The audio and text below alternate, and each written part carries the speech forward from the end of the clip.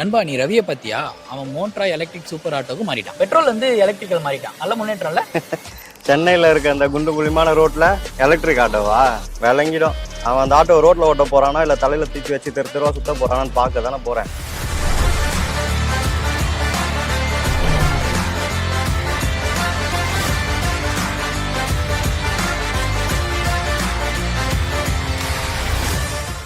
வணக்கம்டா மாப்பிள்ள, எப்படி இருக்கு இப்போ புதுசு மந்த்ரா எலக்ட்ரிக் சூப்பர் ஆட்டோ? சும்மா சத்தமே இல்லாம சீரிப்பாயும். என்ன பாக்குற, இனிமே எதிர்காலமே எலக்ட்ரிக் வண்டி தான்டா. அது சரி, இனிமே உன்னை எலக்ட்ரிக் ரவின்னு தான் கூப்பிடணும் போலவே. ஆமா மிஸ்டர் எலக்ட்ரிக் ரவி, உங்க எலக்ட்ரிக் ஆட்டோ சென்னை சூழலுக்கு எப்படி ஒத்து வரும்? சொல்லிட்டா போச்சு, வாங்க. சரி, இது சார்ஜிங் ட்ராமாலாம் எப்படி?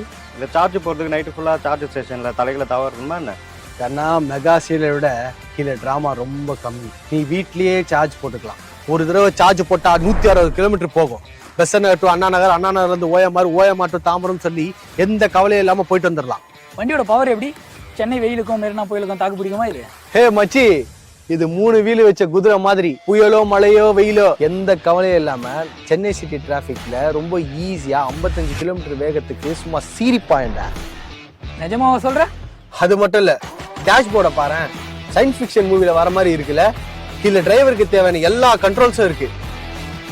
கார்ல இருக்கிற மாதிரி தாராளமான இடவசதி கொண்டு ஒரு தரமான குஷன் சீட்டை பேசஞ்சர் சீட்டா கொடுத்துருக்காங்க. இதுக்கு மேல என்ன வேணும்? அதெல்லாம் சரி, ஆட்டோட மெயின்டெனன்ஸ் எப்படி? மெகா சீரியல் மாதிரி டெய்லி இழுத்துட்டு போகுமா என்ன? கண்ணா, இதோட மெயின்டெனன்ஸ் நம்ம ஏஆர் ரகுமான் மெலடியை விட ரொம்ப ஸ்மூத். ஆயில் மாத்த தேவையில்லை, புகை கக்கிற எக்ஸாஸ்டரும் கிடையாது. வேற என்ன வேணும்? மத்த ஆட்டோ விட இது ரொம்ப பெருசு. கார்ல இருக்கிற மாதிரி இல்ல லக்கேஜ்